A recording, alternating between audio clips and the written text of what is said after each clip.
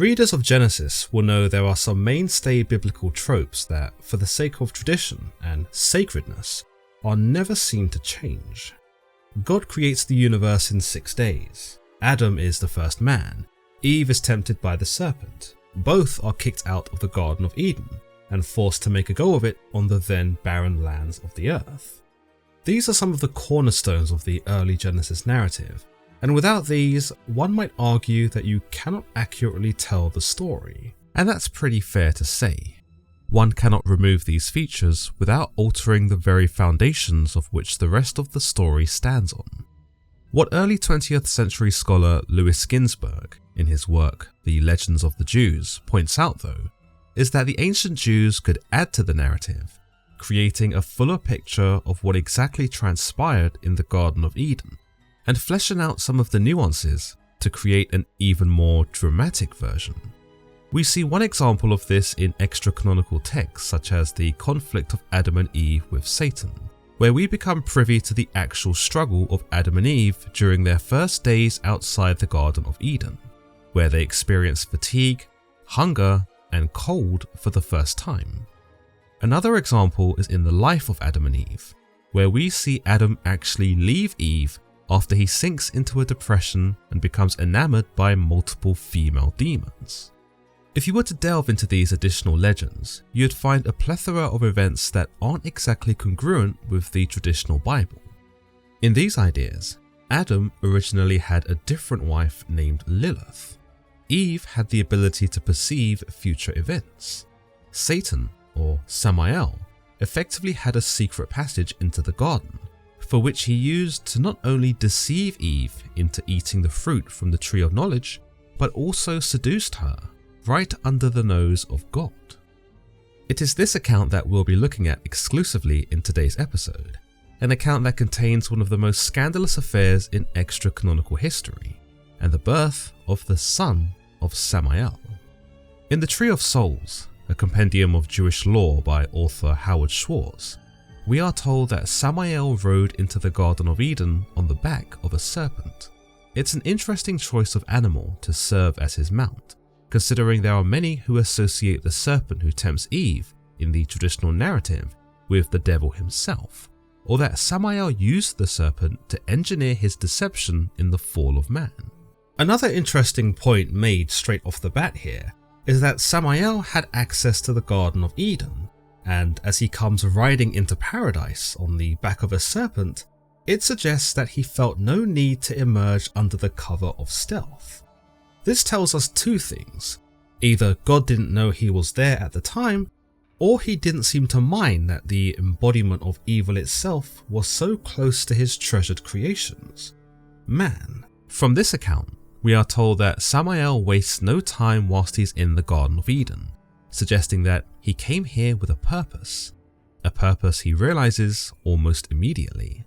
Samael, riding on the serpent, came to Eve, and she conceived a child. Unfortunately, we aren't given any more information on the child's conception. We aren't told if Samael had to tempt Eve, if he coerced her, if he flat out raped her even. All we know is that Adam had been walking in the garden, and it was at this moment that Samael chose to approach Eve and do the deed. What's more, we aren't told exactly how long Adam is away walking in the Garden of Eden, because by the time he returns, Eve has already given birth. The son that was born was the son of Samael. Then Adam, who had been walking in the Garden of Eden, returned. He found the son of Samael crying, and he asked Eve, "Who is he?" Had Adam been walking in the Garden of Eden for a total of 9 months? Or are we to believe that having conceived a child with a divine entity, the rules of pregnancy were different? Remember, considering this transpires before the fall, there is an idea here that pregnancy was very different. In the Genesis account, God declares to Eve, "I will make your pains in childbearing very severe," as a punishment for her transgression in eating from the tree of knowledge.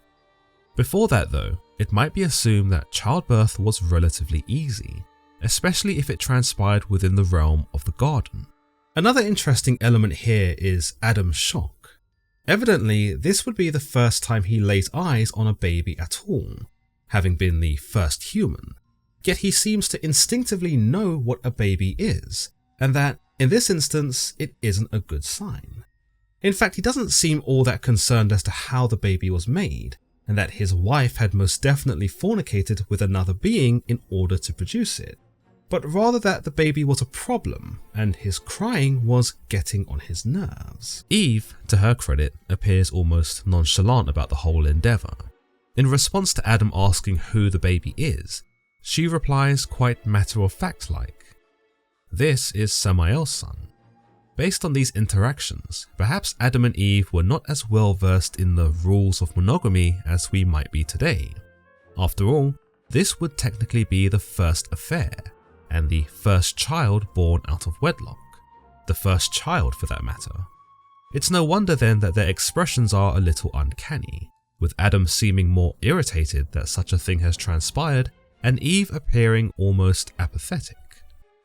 One idea is that neither Adam or Eve were aware of how the child was made, because they had not eaten from the tree of knowledge yet, and so weren't aware of the significance of sex. Adam wouldn't have known that his wife had to have had intercourse with someone else, whilst Eve, despite having experienced it, would still not know what it was she had engaged in. What's more, because childbirth isn't painful at this point in the Bible, there's reason to believe that Eve wouldn't have found the delivery of Samael's son all that significant, which might be why she doesn't bring it up with Adam upon his return, but waits for him to address it. "Why do we need this problem here?" Adam asks her.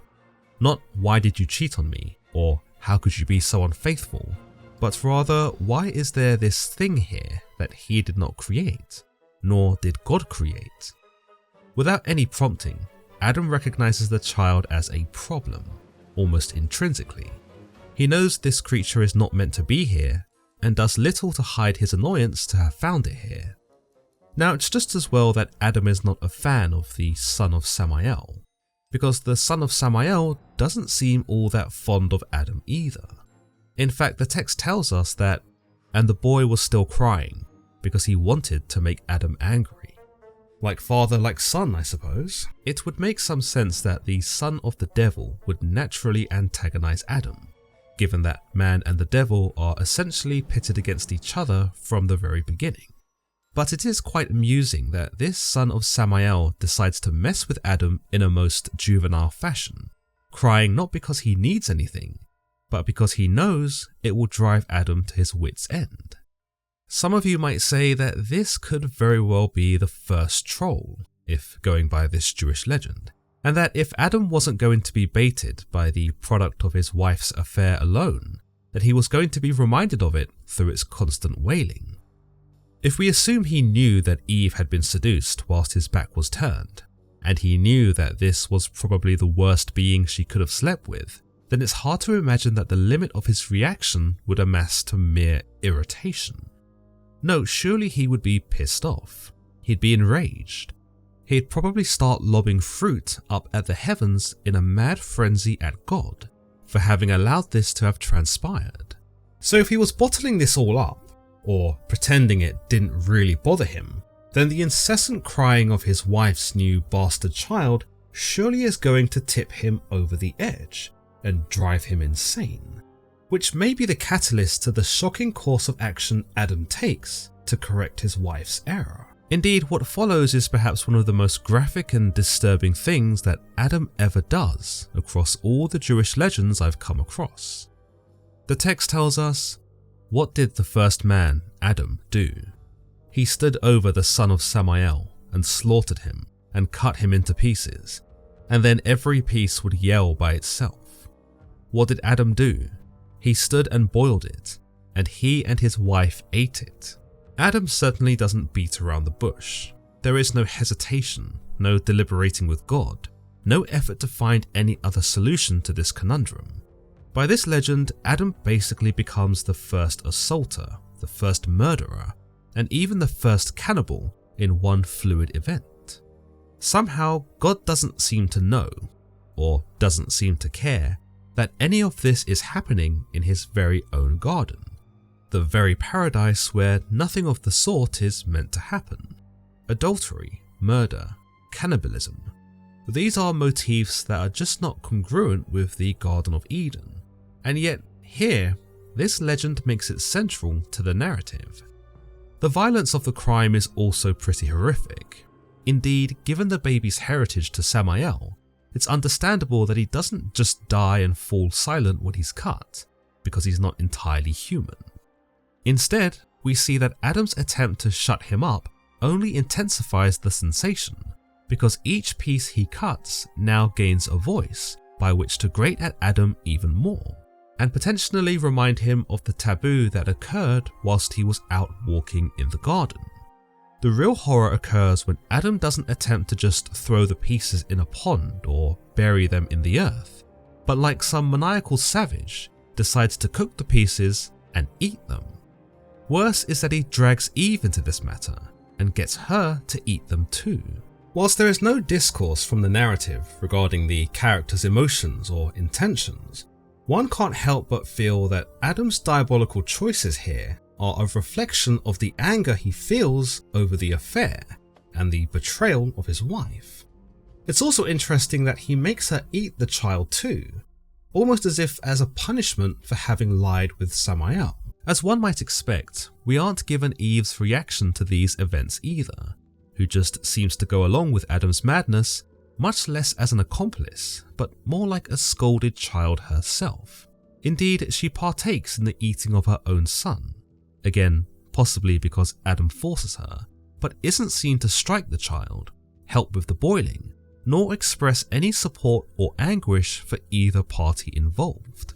Whilst not specified in this legend, one might say that it mirrors the Genesis account quite nicely, where we see Eve give Adam the fruit to eat, in much like the same way he gives her the pieces of her son to eat. Could it then be that the authors of this legend were trying to frame the eating of the forbidden fruit in Genesis as a revenge act by Eve, who after being forced to consume her own child, then gave the fruit to Adam, knowing full well he would lose favour with God and be cast out of the garden? The legend does not end here though. Samael does return to the Garden of Eden, and would you believe it, he does come looking for his son. When Samael learned that they had eaten his son, he came to them and said, "Give me my boy." They said, "We didn't see anything. We don't know anything." The wording is quite interesting because Samael obviously knows they've eaten his son, and yet still asks them to give him the boy. Could this be a sign of his disbelief? That he'd perhaps understood what had transpired, but still couldn't quite reconcile that anyone could have done such a thing? It's quite telling that if Samael is shocked by what Adam has done, then truly it speaks to how gruesome and dreadful this really was. What's also worth noting is that Eve is now pretty culpable in the whole matter. We didn't see anything. We don't know anything. From this, we can gather that they are in unison about wishing to deceive Samael. Clearly, they have learned to lie, and this is before they've even sampled the fruit from the tree of knowledge. Readers of the traditional Bible would have thrown this story out the window ages ago, but this is the part where I think it becomes hard for even casual readers to ignore the glaring discrepancies. How are Adam and Eve behaving so surreptitiously when they have not yet eaten from the tree of knowledge?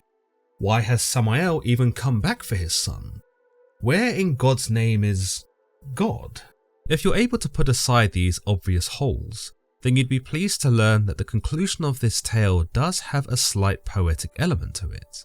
Samael accuses Adam and Eve of lying, and the three begin to start shouting at each other. Now, amongst the commotion, the son of Samael's voice is heard calling to his father from within both Adam and Eve, where we are told, "While they were arguing, the son of Samael spoke from the heart of Adam and Eve, and said to Samael, 'Go on your way, because I have already entered into their hearts, and I am not going to leave their hearts, nor the hearts of their sons, nor the sons of their sons, throughout the generations.'" The legend wraps up the events with a karmic ending, serving Adam and Eve, who had both transgressed, with a lifelong punishment. It further serves to explain the origin of evil, that wickedness is within every human, because the son of Samael is within every heart, courtesy of Adam's handiwork. As I said, there's an element of poetic irony to this, with Adam's rash and violent actions facilitating a sort of mini-fall of humanity before the actual fall occurs later on. Could one read this as the reason why Adam then later acquiesces and eats from the tree too? Because the son of Samael was now in his and his wife's heart. It's all very interesting discourse, but considering the outlandish elements of the legend, even this is nonsensical in the end. After all, if Adam only earned evil in his heart after eating the son of Samael, then what was it that possessed him to brutally murder and then eat the child in the first place? Surely by these actions, Adam must have had evil in his heart from the very beginning. Schwartz describes the legend as a gruesome and primitive tale that attempts to identify and elaborate the root cause of wickedness and the origin of evil. For whatever reason, the idea of fruit from the tree of knowledge wasn't enough to justify the acquisition of good and evil for these ancient authors, and so this much more chaotic, albeit dramatic tale was spun as an alternative. Schwartz adds that the entire legend was likely inspired from a midrash that Satan, in the guise of the serpent, didn't only tempt Eve into eating from the tree of knowledge, but also impregnated her with her firstborn son, Cain, who in this narrative was not Adam's son, but actually a product of their illicit union instead. Others describe this as the serpent seed theory, and is used by some to explain how Cain was capable of murder and how all evilness in humanity emerged from Cain's lineage, for he was the literal son of the devil. Naturally, it should be noted that this is not biblically canon, and is not touched upon in the traditional Genesis narrative, but the idea does make for some compelling reading. In Louis Ginzberg's Legends of the Jews, for example, this notion is reiterated, where we are told that wickedness came into the world through Eve's firstborn, who though was raised by Adam, was not fathered by him. The narratives where this serpent seed theory is most prominently used usually have one thing in common. Adam and Eve have already been expelled from the garden, and the serpent seed always pertains to Cain, not some unnamed character who after being butchered continues to live in the hearts of men. Ginzberg's account reads, Cain's descent from Satan, who is the angel Samael, was revealed in his seraphic appearance. At his birth, the exclamation was wrung from Eve, I have gotten a man through an angel of the Lord. Ginzberg's account is a little more thorough than the account found in the Tree of Souls, with special attention being placed on Eve's guilt after having slept with Samael. She is even seen to leave Adam and journey westwards in some form of self-exile, for she cannot bear to continue to bring him misery as she remains in his presence. When it's time for Eve to give birth, she does so alone, and having to endure the terrible hardships of the pregnancy that were promised by God, she actually turns to him for help. God wants nothing to do with her though, and promptly shuns her. It's only because Eve screams so loudly, a sign of how painful the pregnancy was, that Adam hears her, and fearful that Samael is assaulting his wife again, comes running to aid her. We are told, finding her in grievous pain, he besought God on her behalf, and 12 angels appeared, together with 2 heavenly powers.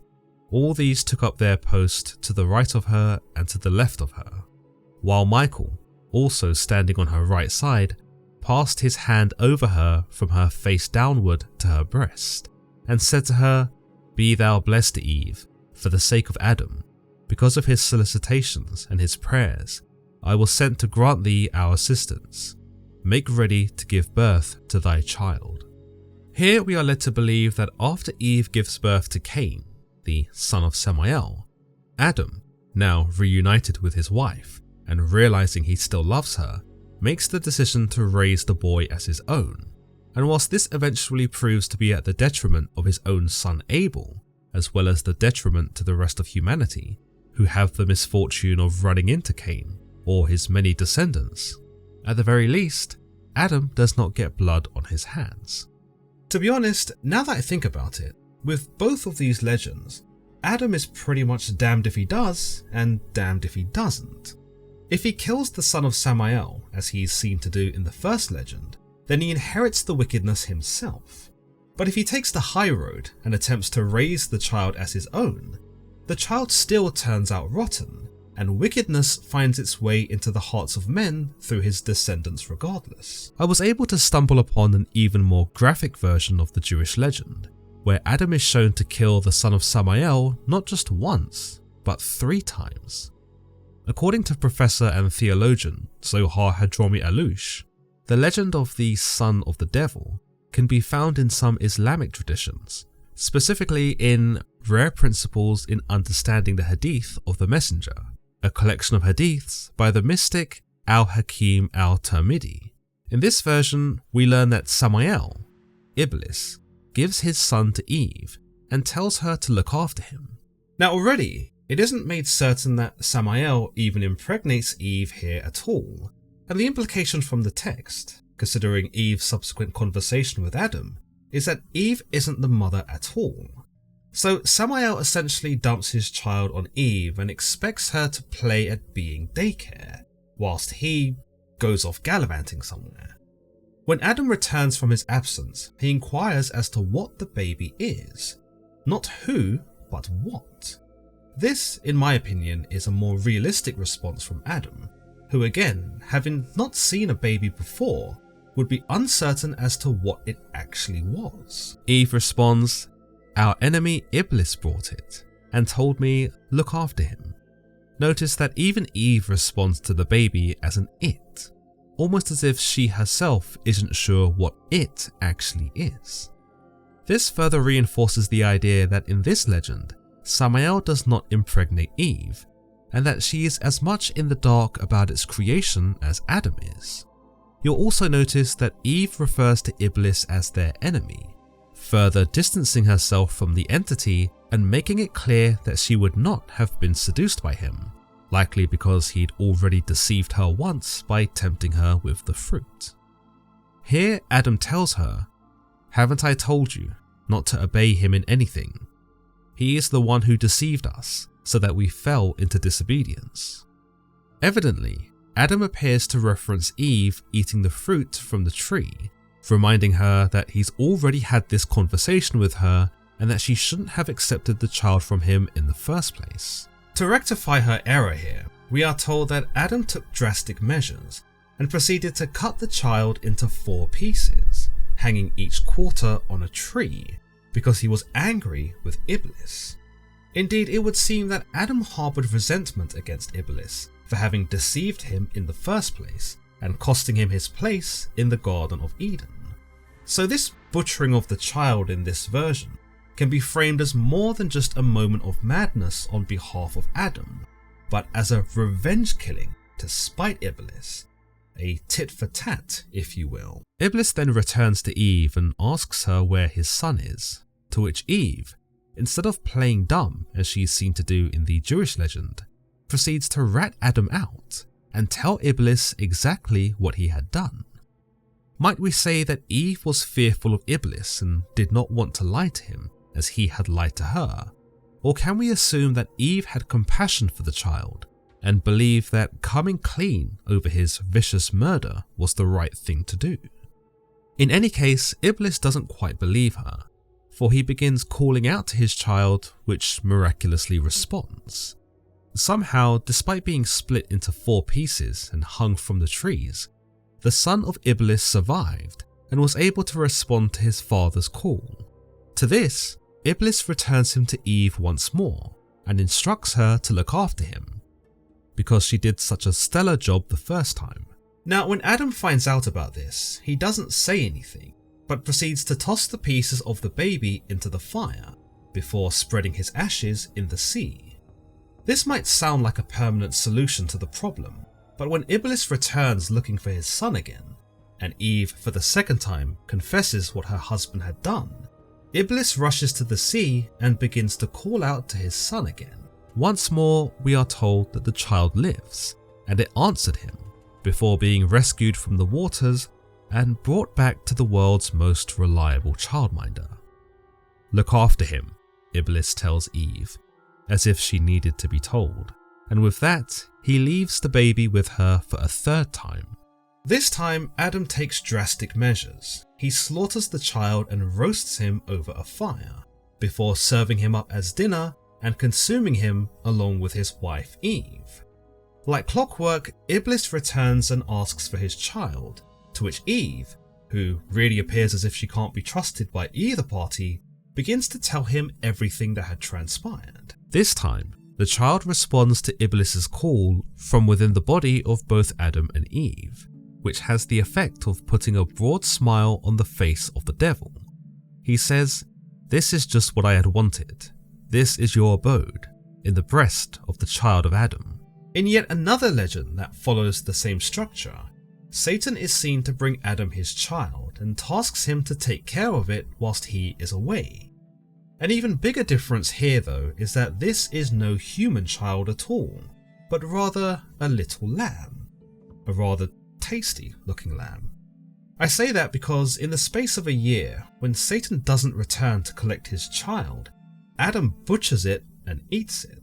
As you can see, this tale is unique from the others because Satan doesn't entrust his offspring to Eve, but rather to Adam, who is actually seen to tend to the lamb until he's convinced that Satan isn't going to come back for it. However, much like the other tales, the moment Adam has consumed the creature is the moment that Satan comes calling, almost as if he's purposely and patiently waited for such a moment to reveal man's folly. Much like the original Jewish legend, Adam attempts to lie, claiming that the sheep ran away, but when Satan calls for it, it bleats from inside Adam, where Satan leaves him.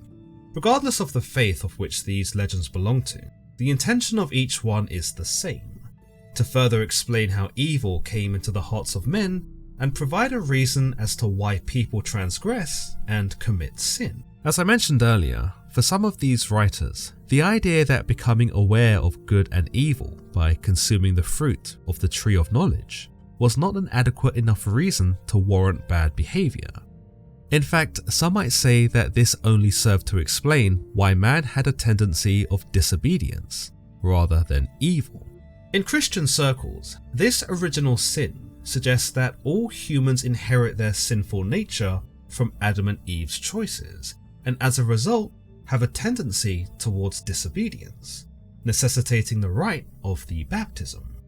Meanwhile, in Jewish tradition, the Yetzer Hara, the evil inclination, refers to the impulse or desire to succumb to wickedness, something that is believed to affect all the creatures who reside on the earth. These legends surrounding the devil's son provide not only an alternative way to consider why humans do wicked things, but also elaborate on the original sin, or the Yetzer Hara notions, those that some audiences might consider too arbitrary to really grasp. Such a legend also delivers a narrative that the audience might find more arresting, especially with its shocking imagery, whilst also illustrating a more theatrical encounter that serves both intrigue and pathos. As always guys, if you've enjoyed today's episode, then don't forget to leave this video a like and subscribe for more content just like this. Until next time.